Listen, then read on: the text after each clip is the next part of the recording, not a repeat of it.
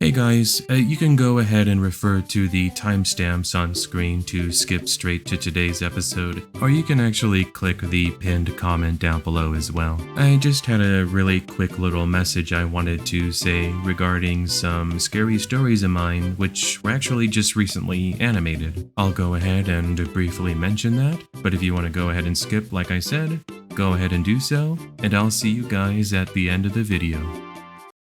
Hey there everyone, welcome to another episode of the Creepy Fox Scary Stories podcast. Really quickly, before we begin today, I want to go ahead and give a quick shout out and a quick thank you to a fellow YouTube creator here.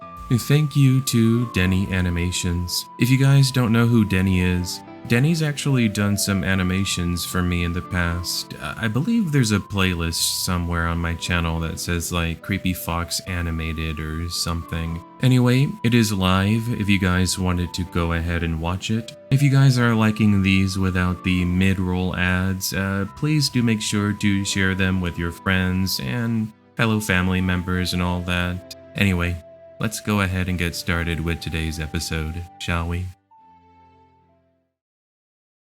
With the new remasters of Pokemon Diamond and Pearl coming out soon, I was reminded of a scary experience I had back in high school. Anyone during that time played the heck out of Pokemon Diamond and Pearl on the Nintendo DS? Oh man, my high school was obsessed with it. Well, at least the gamers.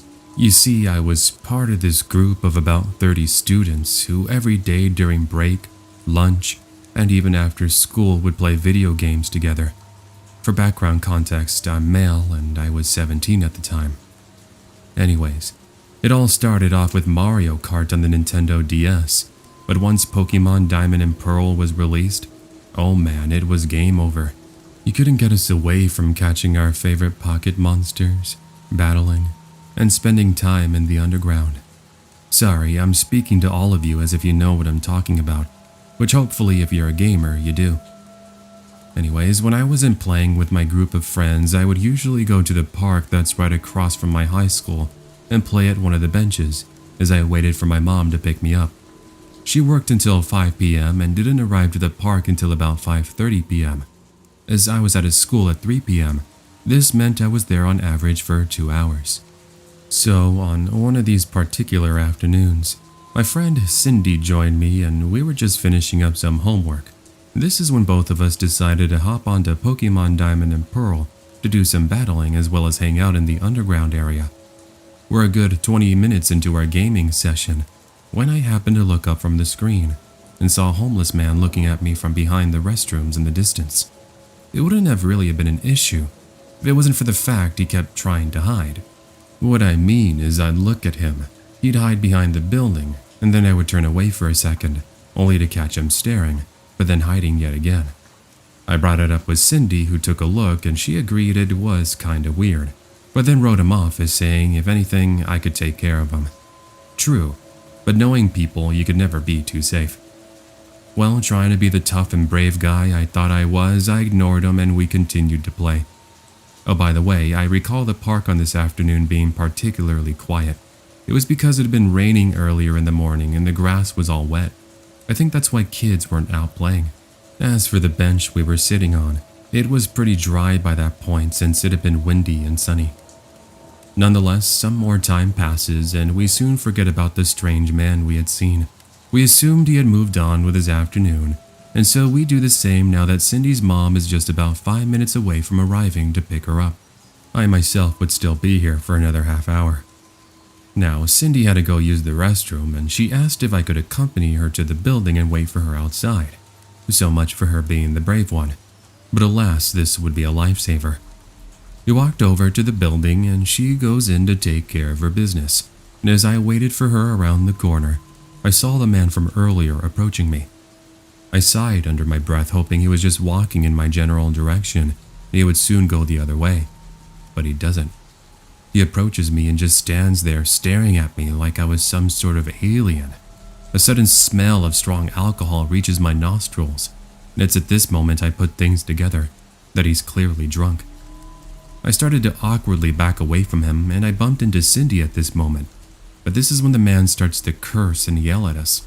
We're standing there both confused, but that confusion would soon turn into panic because the guy pulls out a knife from his pocket. He starts to swing it around in the air like a madman, saying he was going to kill us, along with calling us a lot of vulgarities. And we made the only logical decision. We booked it back to the bench area, and then passed it toward the sidewalk. As we're approaching said sidewalk, with creeps still chasing after us, we saw Cindy's mom's minivan pull up. I remember everything going into slow motion as Cindy's mom opens the door, and then tells us to jump in. You bet we wasted no time in doing so, as we soon locked said doors, and then look out the window. Luckily, the man had given up his chase a bit of ways from where we were, but it didn't take away the chills that we had. Immediately, Cindy's mom phones the police, and we ended up driving a couple of blocks down to see if we might catch some action. When we saw police officers drive past us, Cindy's mom drives back to across the street from the park. We did catch some action.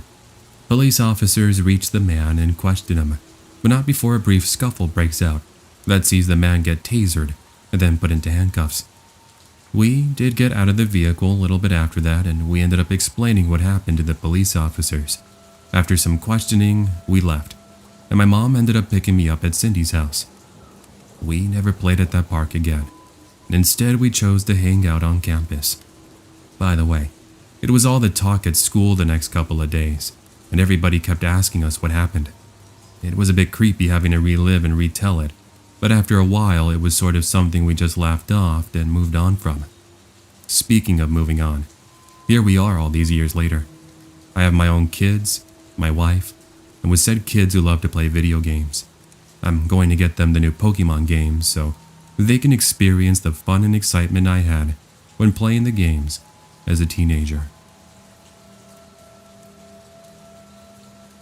Show of hands. How many of you out there are big fans of Yu-Gi-Oh? It can't just be me, could it? I sure hope not. As a veteran who's been collecting and playing since the franchise first reached the United States, I can't tell you how much I love playing with friends. Even as a guy in his 30s, my friends and I will hang out at my house while our wives go about their shopping, and we'll have some beers and play a few rounds. It is definitely a lot different than it was growing up. You have so many new rules that essentially lets you win in one turn if you set things up correctly. It's not like the good old days, when you just had your normal monsters, trap, and magic cards. Speaking of the good old days, that's what this story is about. A scary experience back during middle school, when the game was all the rage. Just like my friends and I do today, we would hang out and have ourselves duels, whether it be during break time in class, or after school when we were waiting to get picked up. The talk was always Yu-Gi-Oh! Now at the time, everyone was really looking at getting a couple of specific cards that were game changers. Cards that are now considered obsolete, but during that stage in the game, if you had said cards, you were pretty much set. I promise this bit of background is important to this story, so just hang out for a little bit. Anyways, the cards I'm talking about are ones like Gemini Elf. They had 1900 attack points and were level 4-star monsters that required no sacrifice. The closest powerful level 4 card would have been Mechanical Chaser or La Jin the Mystical Genie, who had 1850 and 1800 attack points respectively. Now, if you're lost and you don't know anything about Yu-Gi-Oh! Monster cards, then I'll simplify it by saying that back in that time, if your monster had more attack points than your opponent, you would win the battle between said monsters. It's different now since cards have effects and whatnot. But anyways, because these cards gave you an advantage over other players, they were sought after, but were only obtainable in very limited ways. You either had to get it in a pack of cards, or you bought them separately for hundreds of dollars. Yes, believe it or not, people paid crazy money just to get those cards. I was one of the very few lucky to have gotten my hands on Gemini Elf without needing to put in all my life savings. That's where we pick up my story. I'm at one of my local card shops after school, and there I am with a couple of friends getting a couple of packs of cards. The store was pretty busy that afternoon as customers were going about their purchases, and when I pulled the Gemini Elf, I screamed like a little kid. My friends walked over to me who were busy playing some of the arcade machines, and even the guy working there congratulated me on the pool. I just wish the story would have ended right there, but it doesn't. You see, I managed to get the attention of another customer. He was your average build and height, probably mid-30s or so from my best memory, and he instantly offered to buy the card off of me for $50. As a middle schooler in the 2000s, $50 wasn't too bad, and I almost took the offer. But considering how much I loved the game, I said no. He grew visibly upset and then offered $100, but again I said no. I then saw that the rage began to grow in his eyes, in his glare. He walked out of the store, and then my friends and I sort of just laughed him off and thought nothing of him. Fast forward a few minutes later, and we decided we would head over to the local pizzeria to grab some food. It's just too bad that things were going to get really serious. As we're walking in the parking lot so we can take a shortcut to get to the pizzeria, the man from the store who offered me money walks up to my friends and I. He has this really crazy look in his eyes, and he once again asks me to hand over the card. This time he doesn't offer money. He's blowing fumes. We once again said no, and this is when things escalate. "I'm serious. Hand over the card," he says with a voice of malice, taking out a knife, then brandishing it in front of our faces. He was so close to us that we didn't care not to try and move. I foolishly handed him the card, before he then puts the knife back into his pocket, and then starts to walk away as if nothing happened. Too bad for him we weren't about to let him get away, because luckily there were a lot of witnesses who managed to see what he had done, including a security guard who was patrolling the area in his little golf cart. He actually chased after the man, and by God almighty, I'm just so happy the man didn't try attacking the security guard with the knife, because that would have been an even scarier sight. Cops were involved, by the way, and he did get arrested for his crime. Not so much for stealing a card, bear in mind, but the fact he was pulling out a knife on these teenagers, that being us. Yeah, it's safe to say there are quite a lot of crazies out there that'll do anything to get it their way. I just hope he got some help, and he's doing much better. I could wish the man ill will, but whatever. That was all those years ago. When Pokemon Go first launched, I remember how crazy people went. Who could believe you could walk to real-life locations and catch these elusive creatures using your smartphone? How we thought growing up it'd be limited to video game consoles. But part of us, even if a little, dreamed of this reality. And so it became the tradition of calling up your friends, getting some extra phone chargers, and spending hours and hours walking around your city, catching and playing. Though this didn't happen to me during the initial craze in 2016, it did occur in 2018, when I went to visit my cousin Sam, who lives in Anaheim, California, home of Disneyland. Anyways, because Sam wasn't able to get an entire week off, like I had, this meant that on the days she had to work, I was usually at her place just hanging out, watching TV, playing in the pool, or when I was bored of it all, I'd go for a walk and yes, play Pokemon Go. Such was an evening when I had taken an Uber over to downtown Disney so that I could catch myself some Pokemon before my cousin would pick me up and we'd head over to the Cheesecake Factory that was nearby. So about an hour into playing, my cousin Sam calls me and she tells me to go ahead and meet her over at the McDonald's on Harbor Boulevard, across the street from Disneyland, so she didn't have to worry about all the traffic at the guest drop-off. Sounded like a plan. I made my way over, and once at the McDonald's, I started to wait for her in the parking lot area. Bear in mind, it's already dark, but there are plenty of people walking around, so I don't feel so alone. While waiting, I'm still playing Pokemon Go as I had a lure activated, and for some reason I had this feeling like somebody was behind me. I looked, and sure enough, with the distraction in the game, there's a homeless man just staring at me with a look of absolute anger. I got a bit nervous and walked forward a little, seeing as I'm on this patch of grass, and he begins to get closer. Oh great, I thought to myself, he's going to want some money. But that's not exactly what went down. I half looked at him and half at my phone, and what he does in the next moments sends me packing. He reaches into his backpack, and a few moments later, he pulls out a used syringe. Then, I kid you not, he lunges toward me like some mad lion and tries to poke me with said syringe/needle. Dear Lord, I can't tell you what a rush of adrenaline I got in that moment, as I instantly jumped off the grassy area, and I almost bumped into an incoming vehicle that was entering the McDonald's as I tried to get away. By some miracle, or as I see it, an act of bravery, the passenger, a larger, heavier set man, jumps out of that car, and then tackles this man with the syringe straight down to the floor. I had no chance to tell the man who saved me about the syringe, but luckily what I had seen was the syringe had flown out of the man's grasp.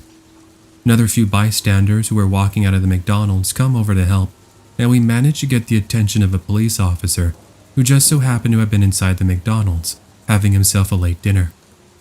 I'll admit, I was pretty frightened after that incident, and hearing the homeless man say he was going to kill me as the police were restraining him was probably the worst part of it all.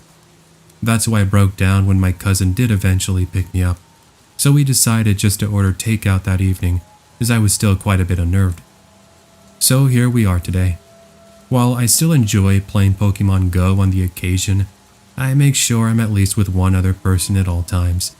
It sucks that we can't just enjoy a fun activity while minding our own business without getting attacked by a complete stranger who's got a used syringe that who knows how many times had been used.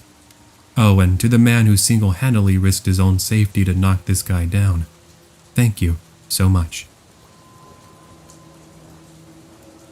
Okay, so where do I begin? Yes. It's a cold Saturday night in December, and I'm home alone playing Black Ops 3 Zombies and trying to level up my guns so I could get all the attachments. Fueling me that evening were hot Cheetos, Hot Pockets, and Sunny D orange juice. A perfect gamer combo, but not so much for your stomach. I don't think I need to tell you more about that now, do I? Anyways, I was also rewatching Dragon Ball Z for like the third time on my phone, and as episodes came and went, I hadn't realized how fast the time had flown. It's now 1 a.m., and a light rain was starting to hit my windows. Funny thing was I still wasn't tired, so I continued to play and watch. That's until I realized my phone was on low battery, and I needed to go get the charger. An annoyance, but at least I could use this opportunity to get up, stretch, go use the restroom, and throw my trash away in the kitchen. When in the restroom, this was when I would start to notice something was a mess outside. It was raining, but definitely not heavy enough, nor windy enough, to cause this sudden crash sound come from outside the wall next to me. It did startle me, and after I sat there in silence for about 30 seconds, I started to grow very paranoid. This was why I went over to the kitchen to grab myself the largest knife I could get my hands on. That's not, of course, without avoiding the sight lines of the windows. As I stood there, listening in for any more possible noise, I hear sounds coming from the door just a few feet away from me. Surely, this wasn't just my imagination. Now, we do have a little curtain on the door that has a window that lets you look outside. So what I did was I slowly approached the door and then looked through the curtain. Though I couldn't see details, I could see a shadow and movement. That had me panicking, as my parents weren't supposed to be home until the following afternoon. Also, no one else lives here, so who could be outside at 1 in the morning? All of these thoughts are flowing through my head as I'm snapped out of my sudden half-conscious state when I see the doorknob begin to shake and move. I had to restrain myself so hard not to scream, but unfortunately, as hard as I tried, my mouth had a mind of its own, and I shouted out, "I have a shotgun, and you have 5 seconds to leave my property, or you're dead." Suddenly, the doorknob which had been moving comes to a complete stop, and footsteps are heard stepping away from my door. Moments later, I get the courage to look out through one of the other kitchen windows, and I see someone in a hoodie grasping a small knife, jumping over my side fence. I followed the stranger to the living room, where I then saw them walk down the street and disappear. I was so frightened that someone else might be on my property that I run back to my room, locked the door, put a chair in front of my door, and then I called 911. Thank the Lord my phone just had enough charge to make the call, because police did arrive and did a search of the neighborhood, but unfortunately they came back empty-handed a short time later. All that was found were muddy footprints, a trash bin that had been tossed over, which explains the crash sound I heard, as well as the revelation that the back screen door was completely slashed. To this day, I have no idea who that stranger was and why they were trying to break in, but I don't think that it takes a genius to realize they were probably trying their luck to get into a home. Whether or not me stating I had a shotgun and was ready to use it sent him packing or something else, I can't be too sure. But since then, my dad has gotten a shotgun and I'm trained on how to use it just in case of an incident involving a home intruder. Thankfully, I have never had to use that shotgun for other than just target practice, and I hope it stays that way. Anyone who works in customer service knows very well that your work shift can go one of a few ways.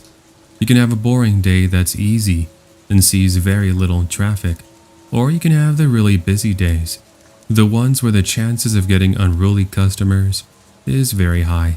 Even though this isn't what you would expect to hear from someone sending in a scary story, it is still a bit troublesome, and it will hopefully remind all of you out there that you should be a lot more considerate. Not so much for the employee, but yourself. Here's what I'm talking about. From 2015 to 2018 during college, I was working at GameStop part-time. It was an easy job, and the perks of getting discounts on video games and being around video games themselves made the job that much more tolerable. It was a job after all, and like any other, came the rude guests. They were very rare, and most of them usually just involved a customer getting mad because we were out of stock on a certain video game, but nothing I nor my co-workers couldn't handle.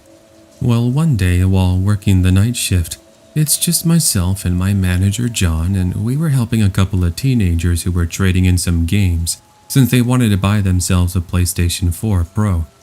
While helping them, a man enters the store and starts to look around for games. I kept an eye on him until he sort of signaled toward me that he needed help. My manager went ahead and took care of the teenagers trading, and I went over to help out the guest. When I got to him, I whiffed in this mix of cigarettes and alcohol that almost made me throw up right there and then. I really had to hold it back because it was terrible. "Hi sir, what did you need help with?" He asks me if we had a copy of Battlefield 4, and I told him we did, and that I could help him out at the checkout. The next moments, the teenagers had already finished their purchase, and my manager heads into the back to use the restroom. This leaves me and Mr. Smelly all by ourselves in the lobby. "Hey, do you have a boyfriend?" the man asks me as I scan the copy of Battlefield. "Yes, as a matter of fact, I do, and we're a happy couple. Now, is there anything else you need?" By this point, I was used to getting comments from customers asking if I was seeing someone. Why is it that us girls can't work at GameStop in peace without getting hit on? I mean, I'm just trying to make my paycheck like anyone else. Jeez. I didn't tell him that, but I sure was thinking it. As I'm continuing to complete the transaction, he leans forward to me. Then he whispers something that to this day, I won't ever forget. It was along the lines of, "I don't know who that boyfriend of yours is, but it would be a shame if something ever happened to him. Maybe then you'll see me in a better light." Clearly, the alcohol must have been speaking. His comment did make me a bit nervous, but luckily it's at this moment my manager comes out, and the man quickly changes his attitude. I hand him over the game, and then he looks at me, before doing that thing the Undertaker from WWE does, when he puts his hand and thumbs up to his throat, and then slowly moves it from one side to the other, essentially indicating he wanted to cause some sort of harm. Maybe I was reading too much into it, which is why I didn't bother bringing it up to the manager. But wait, this story isn't over just yet. It's going to get a lot more creepier. Fast forward to the end of my shift. My boyfriend was going to pick me up as we were going to get some dinner, and so I was waiting for him outside on one of the benches next to the yogurt land, which is next door to our GameStop. It is dark by this point, but I'm not too worried since the yogurt land was open for another 30 minutes, and there's plenty of light, so what could go wrong? Apparently everything, because not even 3 minutes after sitting down at that bench, the man from earlier, the one who bought Battlefield 4, approaches my bench and then sits directly next to me. Yeah, it was really uncomfortable, especially when I learned that he told me he had been waiting for me. It also didn't help with what he did next. He puts his hand into one of his jacket pockets and then, in his drunken tone, tells me to come with him. I wasn't sure what he was going on about, but he said something along the lines of, "Don't you dare scream or grab anyone's attention. I have a knife, and I promise that as long as you do as I say, I won't use it to harm you in any way, shape, or form." Mind you, he never actually revealed he had a knife. He just had his hands in his pocket. Well, I didn't take this threat lightly. You see, I reached for protection myself. My pepper spray from my purse. So very calmly I told him I had to leave, and as I get up, he grabs my arm. That was a no-go. This was my chance for self-defense.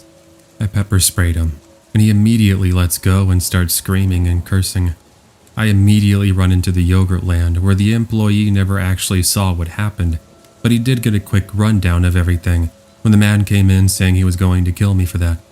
Safe to say, we run into the back room, and we lock ourselves in there, calling the police. In the meantime, we hear the man tossing chairs and continuing to yell at the top of his lungs. As he exited the store, approximately 5 minutes later, the cops ended up catching up to him, and believe it or not, I was wrong. He did have a knife, albeit a small one, if you want to refer to it as such. Basically, it was one of those fancy multi-tools that does have a really small blade. Not anything that could cause a lot of damage, but sure can scratch you up pretty good. Thankfully, the man was caught on the Yogurtland security cameras, and it was enough evidence to get the guy behind bars, as it was later revealed to me and my family that he already had a criminal history. I guess he had been incarcerated a couple of years earlier for armed robbery at a convenience store with a knife. Safe to say, I've never seen that man again, and since that incident, I've upgraded to carrying a knife. I still have the pepper spray, but the knife is a nice touch for self-defense. Luckily, I've never had to use it. And before you ask, I don't know what caused him to go from buying a copy of Battlefield to pretty much wanting me to do what he said. I did mention he reeked of alcohol, so he was already not all there when he entered the store. I must have thought he could have easily gotten lucky with one of the girl employees. Yeah, no thank you. Here's a creepy story I wanted to go ahead and share with you. It's a reminder of why you should always be careful with who you talk to. Now, it is kind of long, but that's because I'm going to go everything that happened. Let me get started. My friend Alice and I had been living together for almost a year. For some background context, I'm female. I was 22 years old, and I'm about 5'3", 110 pounds. Not the most intimidating person in the world. This takes place in 2016, by the way, in a quiet suburb in Colorado. Alice and I met in high school, and we pretty much were like sisters. Therefore, when we decided to go to the same college, we were looking for a place to live together. We tried the college dorms, but we weren't really a big fan. Therefore, we were delighted to know that a family friend of Alice was renting a couple of rooms. Something else to note is that we love to play video games together. It's fun, but sometimes we can become easily distracted. This is why I think the situation was much more worse than it should have been. Anyways, the family that lived there, who were a husband and a wife, traveled a lot for business. This meant that the home was usually empty, which meant we had the luxury of having this house all to ourselves, with minimal cost. So the first few months we had been living there, everything was fairly normal. However, I did start to notice something strange, which I'll explain by retelling the following. One day while I was at Starbucks studying for an exam, I noticed this man staring over at me. He was in his early 30s, around 6'3", 300 pounds, with glasses, long hair in a ponytail, and some facial stubble. I tried not to mind him too much, as I thought perhaps he might have been looking out the window, waiting for someone. Anyways, before leaving the Starbucks, I ended up passing by him to throw away my trash. Big mistake. All of a sudden, I feel something grab my arm and stop me. I was confused. Perhaps my arm was stuck on something. I looked down, and his greasy hands are stopping me from continuing on with my day. "Excuse me, but I just wanted to say I really like the Pokemon on your backpack. It's really cute, just like you.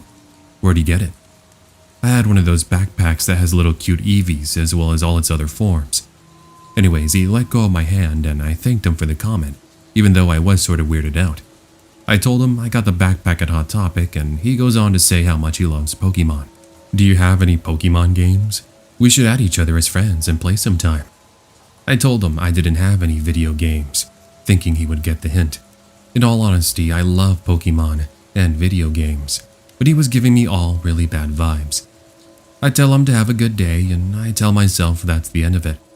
This encounter, however, would just be the beginning of some very bizarre and creepy events. A couple of days go by and I'm on campus playing Pokemon Moon next to the library. Since I was so focused on the game, I hadn't noticed someone walk up and take a seat directly across from me. I figured it was another student just trying to take a break.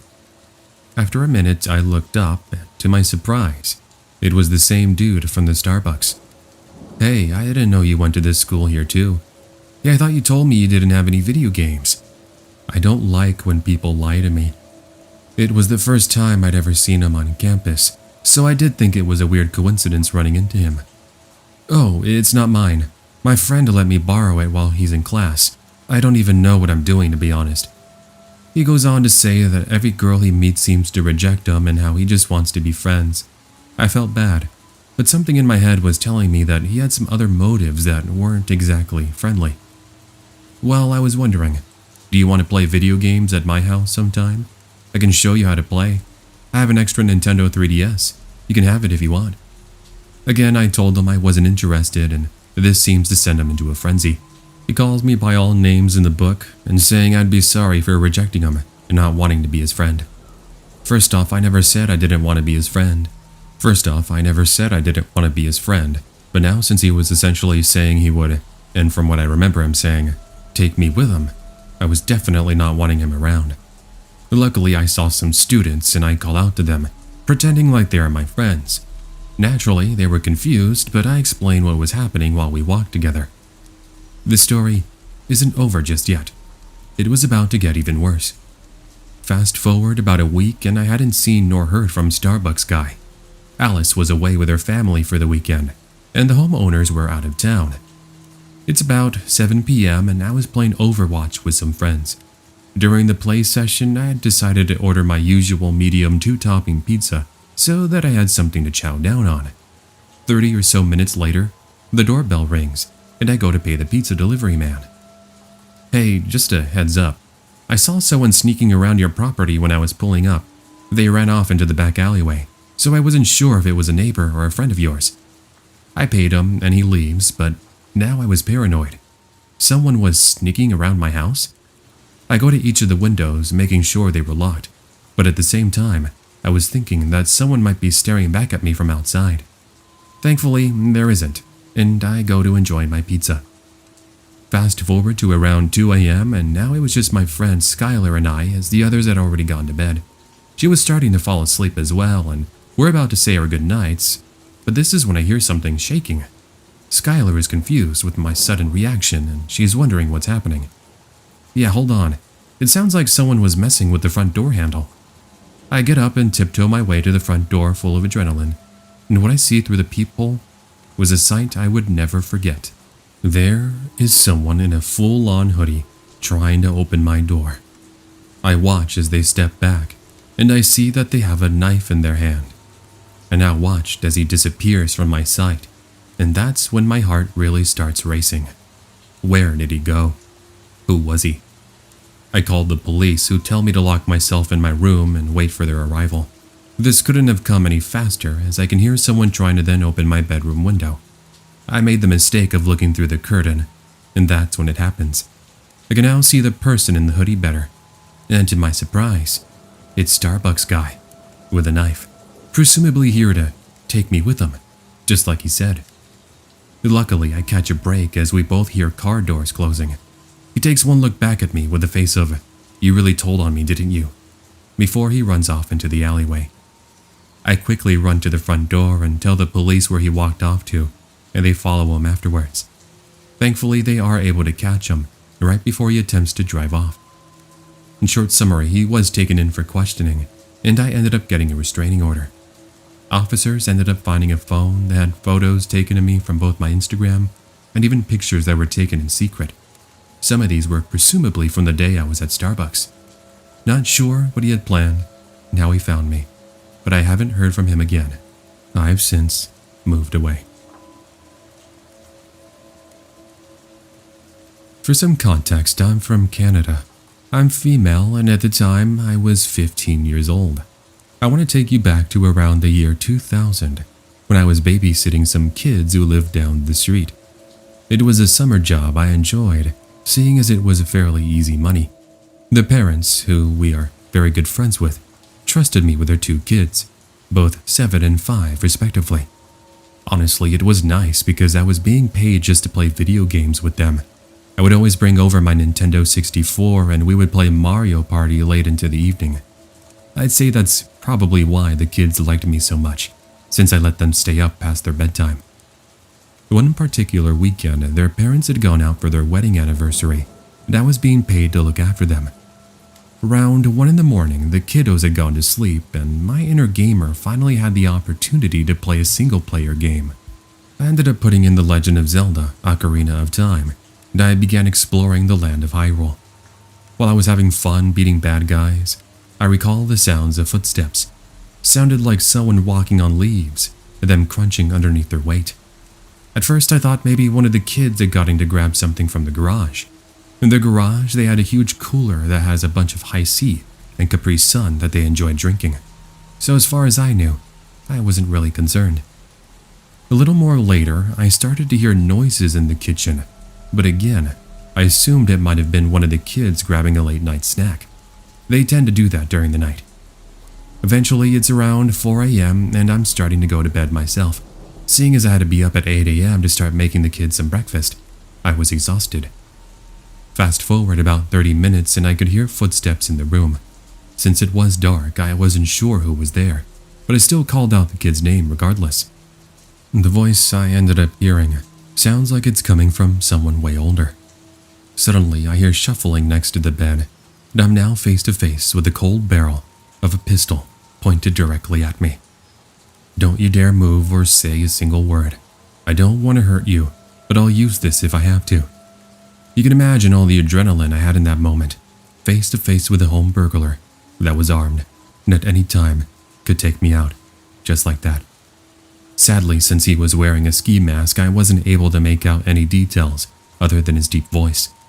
About 10 seconds later, he grabs a backpack which he had filled with jewelry and money and leaves the house. Immediately, I go to check up on the kids, who were thankfully fast asleep and unharmed. Instinctively, I then call the police and they do a search of the immediate area. Unfortunately, they come up empty-handed, but an investigation is opened. A couple of weeks later, another neighbor's house was robbed, but this time, they caught them on their home security camera. Luckily, it caught the details of the getaway car, and in short summary, they ended up finding someone who was connected with my robbery.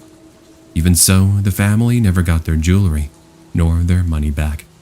Part of me is thankful I had tired the kids out like I did playing video games. Things could have ended up so much worse had they been awake. The guy who broke in could have decided to act upon their reactions, which I'm glad never happened.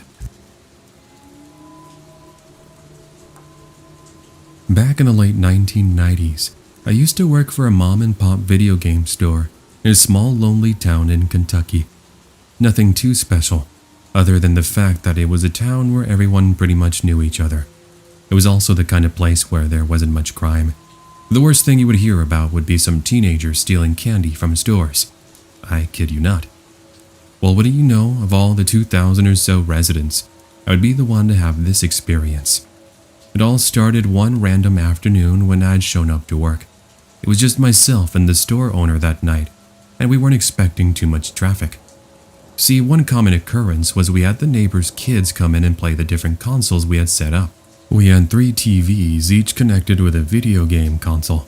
One had a Nintendo 64, the other had a PlayStation, and the third one had a Sega Dreamcast. Anyways, we watched as the kids came to play games, and I played some rounds of Super Smash Bros., seeing as it was pretty quiet. Fast forward to around 7 p.m., and we would be closing at 8 p.m.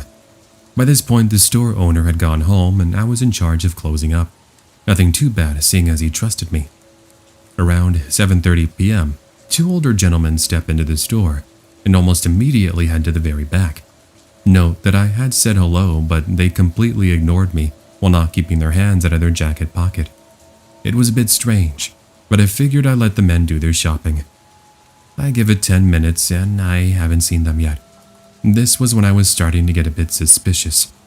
But just as I'm about to get up, I watch as a minivan pulls up to the front of the store.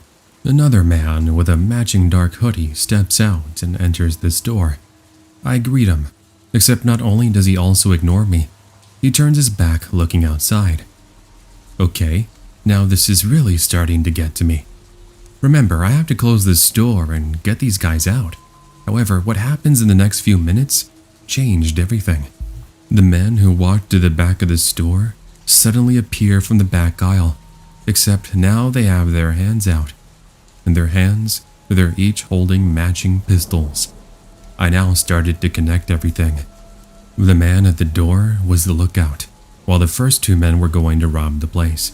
Sure enough, they demand I open the cash register, and I gave them everything that was inside. In total, there was around $2,000. I begged them to just leave, but they weren't done just yet. The third person at the door exits and returns with a large container. The first two then proceed to stuff as many video games as they could into the container, before finally, they all left. Once I could see they were long gone, I head to the back room and push a large piece of furniture to block the door. I called for help, but of course it was already too late.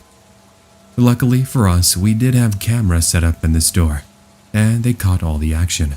The men were eventually found a few days later, and most of the items were returned. Unfortunately, the same could not be said about the money, as they spent it all. A truly scary experience from my teenage years that I hope no one ever has to go through. Stay safe, friends. Just imagine it. You're playing Red Dead Redemption 2 online with your friends, having a good laugh, and all in all enjoying a nice cool February evening.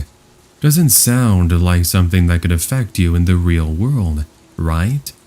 Wrong. So there I was in my room playing PlayStation with some college friends. While doing some online missions together, we started to have this one guy that kept following us on horseback. Side note, we had all our microphones on and we were talking. Anyways, he didn't really do much.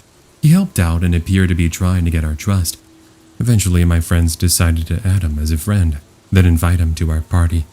We made the party as the lobby was getting very heated. He accepted the request, but didn't really speak too much. Now, I do forget to mention, but I'm female. Sadly, I can never play online games in peace because there's always that one guy who thinks they're being cool with their snarky remarks. Well, anyways, around 1 a.m., most of my friends were going to bed. It gets to the point where it's just me and the guy who just joined us. I actually almost forgot he was in the party, seeing as he was pretty quiet. Also, he had gone to the other side of the map. Just as I'm about to head out, I ended up coughing, which catches his attention. "Oh, you're still here, aren't you?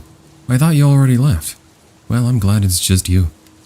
I wasn't sure what to think of what he said, but I told him that if he wanted to play again, we could play another time, seeing as I was starting to get tired. He's cool with it, and I sign off for the evening. I even made sure to add him as a friend. Now, I made a huge mistake when making my PlayStation ID. I ended up using my first and last name, with a combo of numbers and symbols. I figured since it was such a common first and last name, it wouldn't really be a big deal. However, a couple of days later, I signed on to my PlayStation account and I noticed I had some missed messages. I told myself it was most likely my friends sending me something funny.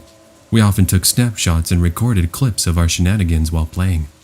I figured that's what this was.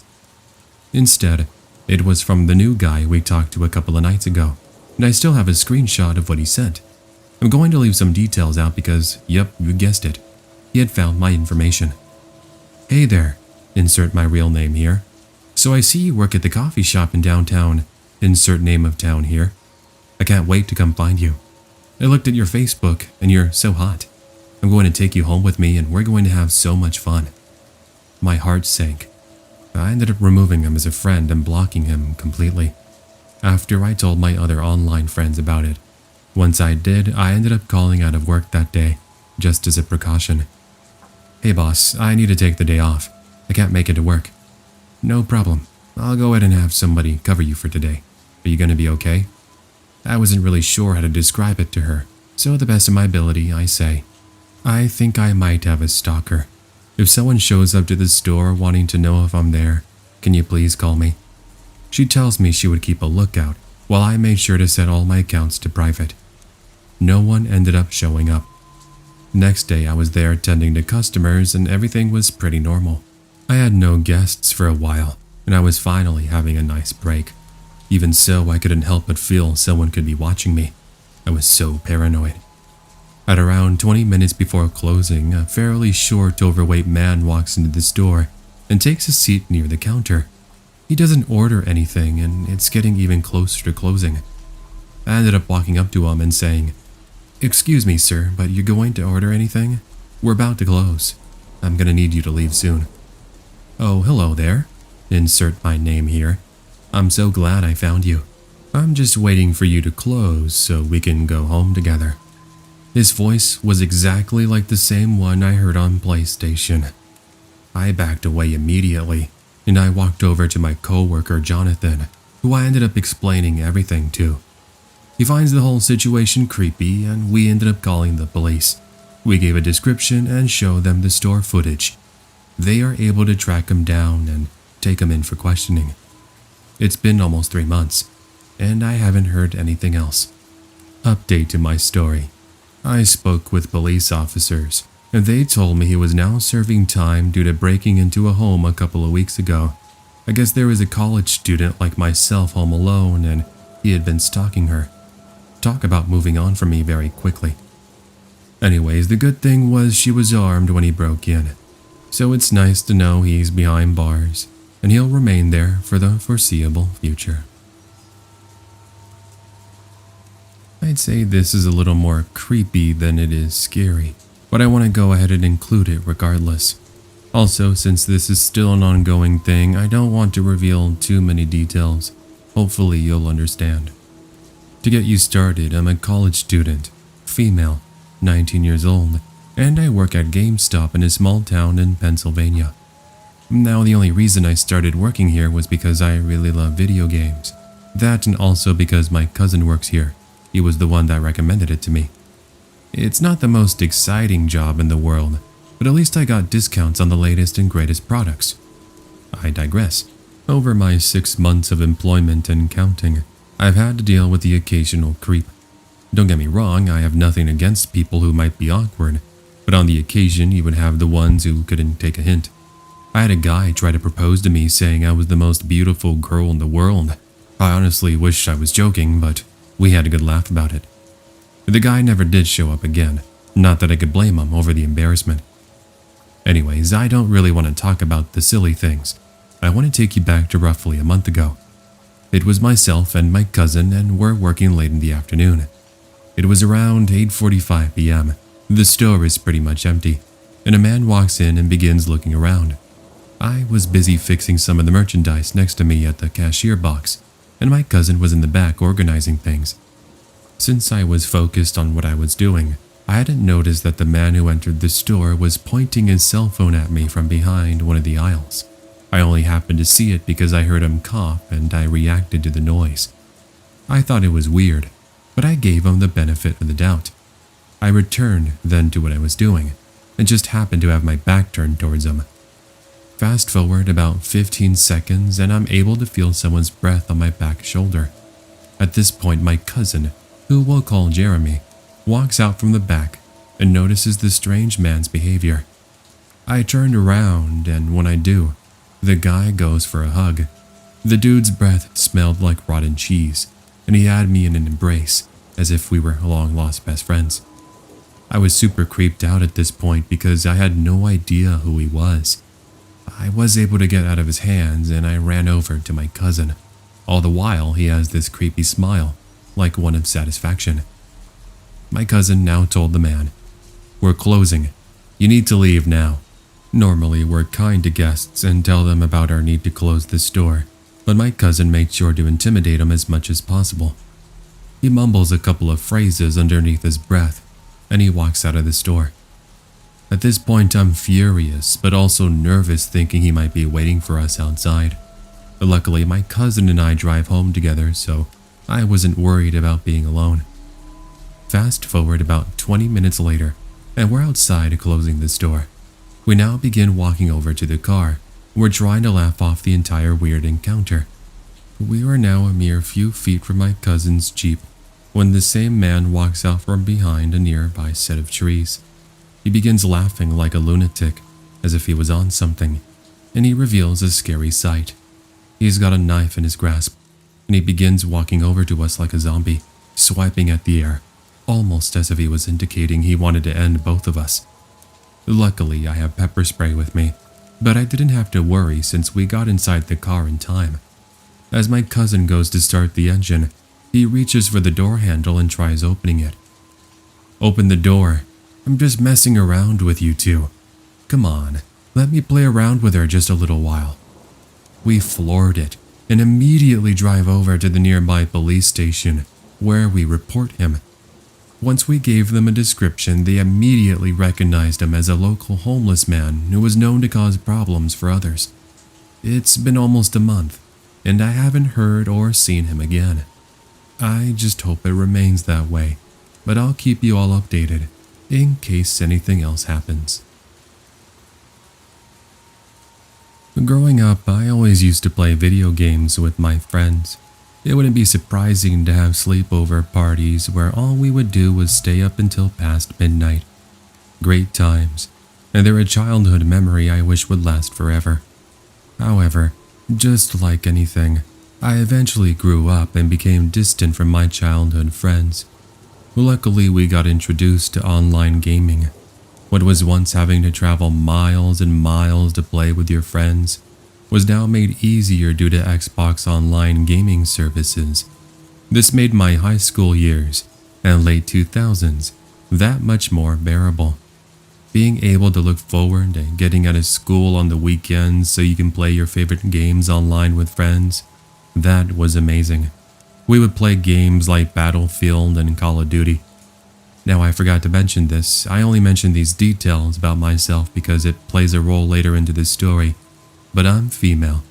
At the time, I was 5'2", about 105 pounds, with short brunette hair, and sadly playing online games didn't exactly earn me nice points, if you want to call it that. I rarely talked in lobbies because you would always have the guys that would say really mean things, or that would message you to send them photos. That was why I mainly stayed to party chat with my friends. One day we had been playing Battlefield Bad Company 2, and someone ended up joining our squad. They were actually a really good player, and we ended up inviting them to our party. We introduced ourselves, and she seemed like a pretty nice person. She tells us she's from Alabama and was 24 years old. Before I forgot to mention, I was 18 at the time. Anyways, we played for a couple of hours and we ended up adding her as a friend. This was a big mistake, but I thought otherwise. I, for one, was excited to finally have another girl in our friend group. It was weird though. Her voice was really deep, and we thought we were speaking to a dude. Anyways, fast forward a week or so and she hadn't been online. I was homesick while all my friends were at school. So naturally, I ended up signing into Xbox Live and played some Call of Duty 4 multiplayer. About 20 minutes into my play session, I saw my friend, the girl we met a week ago, sign on. I was excited, so I made a party and sent her an invite. She joins a few minutes later and we ended up talking and playing. "Hey, so we're both girls. I was wondering, do you have a Facebook? Want to add each other as friends?" "Yeah, sure. Why not? What's your name?" "My name is..." This was when I made the mistake of giving this stranger my full name. Now, this was back in 2009, and Facebook for me was still fairly new. I would post pictures and information that I would only want close family and friends to see. Anyways, she gives me her name, which was Rachel Miller, and I ended up finding her. Her profile picture was of this really beautiful girl. It definitely didn't match her voice. The picture did kind of look like one of those photos you can find by searching online, however. In fact, that's what I ended up doing. And sure enough, just by typing in pretty girls, it was a picture on the fourth search page. I didn't question it, and I added her anyways. Fast forward a couple of more weeks and I grew more comfortable with her.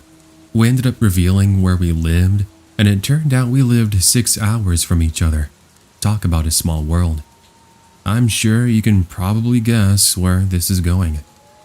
She comes up with the brilliant idea of meeting up in person so we can hang out. I was a bit hesitant on it, but she convinced me it was going to be fun. So we set up a date and time, and we were planning on meeting at a local water park, since it was summertime. Of course, I dressed up in my summer swimming outfit and went to the park to meet this so-called Rachel. I'm there waiting for about 20 minutes and Rachel still hadn't shown up. I thought perhaps she might have gotten lost, so I gave her a call just to confirm. As the phone is ringing, I turn around for a second. That's when I noticed this older man take out his phone from his pocket and then ended up picking it up.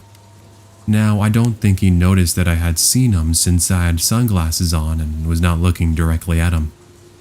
"Hi Rachel, it's me. I was wondering, are you almost here yet? Don't tell me you're lost."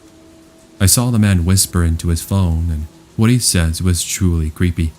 "Wow, you're really attractive. What I would love to do with you right now. I got plenty of photos of you in your summer bikini." That's when the realization hit me. This Rachel person wasn't who she claimed to be. That man I saw sitting at a bench wasn't the real Rachel. I would describe him as in his early 40s, overweight, about 5'4" with acne on his face and a receding hairline. I was angry more than anything, but also creeped out. Either way, I run over to a nearby lifeguard and tell him there was a man that wasn't leaving me alone. By the time we walk over, the dude is long gone. Now, I did tell police about him, but nothing ever does come up. I never heard from him ever again, as I blocked him on Facebook and I removed him as a friend on Xbox. It's just creepy to think he sounded like a girl and took advantage of that. I don't know where he is today, but I seriously hope I never see him again. Hey there, everyone. I've been a long-time fan of scary stories and finally got around to writing mine up and sending it into the Creepy Fox. I hope you all like it. If anything, I hope it acts as a reminder to be careful with who you talk to online. This happened in 2014. I was playing Call of Duty Ghosts with my friend Alex, and we were playing some multiplayer together. Everyone in the lobby was fairly quiet and surprisingly weren't fighting or calling each other by names. Rare to find, but we were enjoying it. An hour or so in, a few new people ended up joining and were very talkative. They praised my friend and I for our skills, and we got along. Before signing off, one of them ended up sending both Alex and I a friend request. I figured why not? I could use an extra friend to level up with. The next morning I signed on and I noticed the guy who sent me a request was online. In this story, we're going to call him Jonathan. Jonathan ended up sending me a party invite and I joined him alongside another player. I said hello, wishing them a good morning, and this was more or less the conversation. "Hey guys, good morning. Do you two want to play some Call of Duty together?" "Yes, good morning to you as well." "Yeah, that's why I invited you. I told my friend about you and we figured we could use an extra teammate." "Oh, so you got yourself a girlfriend, didn't you, Jonathan? Very nice." They laughed about it and I figured they were messing around, so I played along with it. We played for a couple of hours and eventually Jonathan's friend has to go to work. Soon enough, it's just Jonathan and I, and we decided to play some co-op together. There was some awkward talk here and there and even started to flirt with me a little. I told him I wasn't interested in having an online boyfriend, and he seemed to take the hint. Fast forward a couple of days and I'm playing with my friend Alex.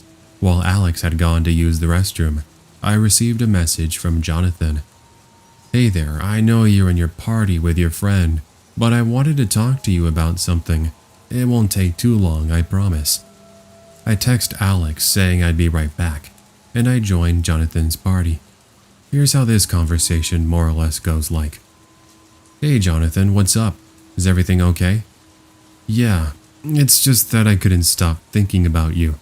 I know we barely know each other, but you seem really nice. I'd love to get to know you better other than just being online friends.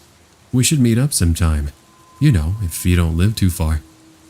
I'm really flattered by that really, but let's just be friends for right now, okay? We just barely met after all. I try to give him the benefit of the doubt, seeing as he seemed kind of awkward. He apologizes for the inconvenience and I return to playing with my friend Alex. Jonathan then goes offline. Fast forward to the next day. I had a long day of work at Victoria's Secret and I was looking forward to unwinding by watching some Netflix on my Xbox. I signed on and I noticed a couple of messages from Jonathan. Hey, are you there? Come on, I'm sorry if I made you mad. Why don't you answer me? I thought we were friends. Great. You think I'm some sort of weirdo, don't you? I should end everything right now. What's the point of being here if nobody cares? You won't bat an eye if I just happen to bite the dust tomorrow, would you? I lost it at that point. I message him back telling him not to joke around with things like that. He once again apologizes. However, later that evening I receive a bunch of notifications on my Instagram account. They are all from him, and he's pretty much going on about the same thing. I ended up telling him I would get the police involved if he didn't stop. After, I blocked him, and that was it. Let's just hope I never have to deal with a situation like this ever again. Oh, and by the way, for the longest time I had no idea how he found me on Instagram. However, I later learned that a friend of mine had added him as a friend there, and then he managed to find me. I just hope he's okay. I just didn't want to be part of that because it could have led to something even more serious. Boy, do I have a creepy story for you all. Let me get started. Anyone else here a fan of Pokemon? I know I'm not the only one. Watching the show Saturday mornings, buying the merchandise, and most commonly, buying the trading cards. Man, I look back at my collection and I can remember all the money I spent on new cards and packs. Whenever my parents would give me lunch money, I would save it just so I can buy a new pack, hoping I could get those rare cards I've always wanted. Charizard was the one all the kids were talking about. I remember one kid had a holographic Charizard and he would always show it off. We would always want to buy it off of him, but he would always say no. Not that I could really blame him. Well, wouldn't you know, the game shop I bought cards at held monthly tournaments that offered various prizes. Each month was different, and I really didn't think much of it since I didn't know how to play. I mainly bought the cards, simply to try and collect them all. But still, I was always missing Charizard, and I could never get him. Finally, the game store ended up putting up a poster for the next tournament. The prize? Well, it was $500 and a holographic first edition Charizard. I remember all the kids in school going on about how they were going to win the grand prize, but I knew one thing. It had to be mine. Little did I know my interest in joining the tournament was going to lead to an encounter with a creep. So I didn't know how to play, therefore I had my friend teach me all the basics and he pretty much trained me. Fast forward to the day of the tournament and I ended up getting to the final 8. There were a total of 64 contestants. I'm honestly not sure how I made it that far as my friend had lost a couple of rounds before me. The next person I was facing was this older man. He was in his early 30s. He had short blonde hair, kind of overweight, with glasses, and a messy beard and was wearing a sweater that said Pokemon on it. He kind of threw me off since everyone else was either around my age or in their late teens. Regardless, we play, but I couldn't help but get a weird feeling from him. As we're playing, he kept making strange remarks about me, telling me how he always wanted his son just like me and how he would make a great dad. I told him to focus on the game and we continue. Sadly, he ended up winning and advancing to the next round, which he ended up losing to a 10-year-old. Well, obviously bummed out, I accepted the $20 gift card the store gave me, and I went to exit to wait for my mom to pick me up. As I'm standing out there, the man I was facing a bit earlier comes up from behind me and puts his hands on my shoulder. "Don't worry, little guy. I'm sure you're gonna win next time. By the way, you can have this. I don't really want it." He hands over a holographic Mewtwo card, which I actually didn't have. "I got more cards in the back of my car. Actually, I have a few extra Charizard cards. You can have one if you want." "Wait, are you serious? You're joking, aren't you?" "No, I'm not. I'm the uncle of the employee inside the store. I always get the good cards and save them. Come on, you can pick one out." In all my excitement, I'd forgotten about all the things my parents told me. Never talk to or follow strangers. I do the complete opposite of what they tell me, and we start to walk over to the back of the building. However, just as we're about to turn the corner, I hear my mother yell out to me, "Where are you going with that stranger? Get back here, Mr. Man, or you're grounded." The guy takes off running, and I instinctively go back to my mom. "Mom, he's the uncle of the guy who works here. He was going to give me a Pokemon card." "Oh, really? Let's go talk to him and see if that's true." We head inside and we tell him, but sure enough, he had no idea what we were talking about. Safe to say, he was a random creep trying to lure me to the alleyway to do who knows what. I never saw him again, and I don't know where he is today. This happened in the early 90s when all the kids my age used to go and play at the arcades. We would play games like Donkey Kong, Street Fighter, and Pac-Man, just to name a few. Honestly, being a gamer in the 90s was really awesome. We were starting to get some really cool home consoles, but nothing beats saving up your money and going to the arcade after school. Since I grew up in a small town in Missouri, I didn't really worry too much about creeps or scary situations. Everyone for the most part looked out for each other in this town, and you never heard about anything bad happen. Well, I remember one afternoon in particular. I was with my friend Jaden and we're at the arcade called Level 1. We loved going here because there was a pizzeria we would eat at before playing. Also, this was during a time when parents wouldn't mind us being out, so long as we got home by a certain time. Anyways, Jaden and I ordered our usual pepperoni pizza, and we immediately went to go play some driving games. We were there for a total of about 2 hours, until we noticed it was starting to get dark outside. Jaden insisted we stay a little longer, so we went to go play the Jurassic Park game before finally leaving. When we got there, there was a man playing it. Figure, since it was a popular game. He was wearing workout clothing and had a bandana on his head. Anyways, we were kind of bummed out, but I remember the man saying something like, "Oh, I'm done playing. You kids can take over. By the way, I don't really need these tickets anymore since I'm moving out of town tomorrow. It's your kid's lucky day. Get whatever you want." The man had a suitcase which must have contained over 10,000 tickets. Us being the naive kids we were, gladly accepted the gift and proceeded to put our remaining tokens into the game. We continued to play, but we noticed the man is still standing by us and watching. We didn't mind him as he seemed friendly, albeit a bit weird. After 20 minutes, we start heading toward the exit, but the man stops us. "Wait, I just remembered. I have some extra tickets in the back of my van. Can you two help me grab them? I really don't need them after all. Come on, let's go to the back way. There's an exit at the back of the arcade." We begin to follow him, but we start realizing something is very wrong here. My friend and I look at each other before realizing we were following a stranger with unknown intentions. Before exiting the building, we ended up telling him we had to go. This angered him, and he demanded we go with him no matter what. He ended up grabbing my arm and he starts to pull me away while my friend is yelling at him to stop. This grabs the attention of a security guard who then yells at this guy to let go. He does, and runs off into the back, which was a parking lot. The security guard then gave chase, but by the time he catches up, the stranger hops into his van and drives away.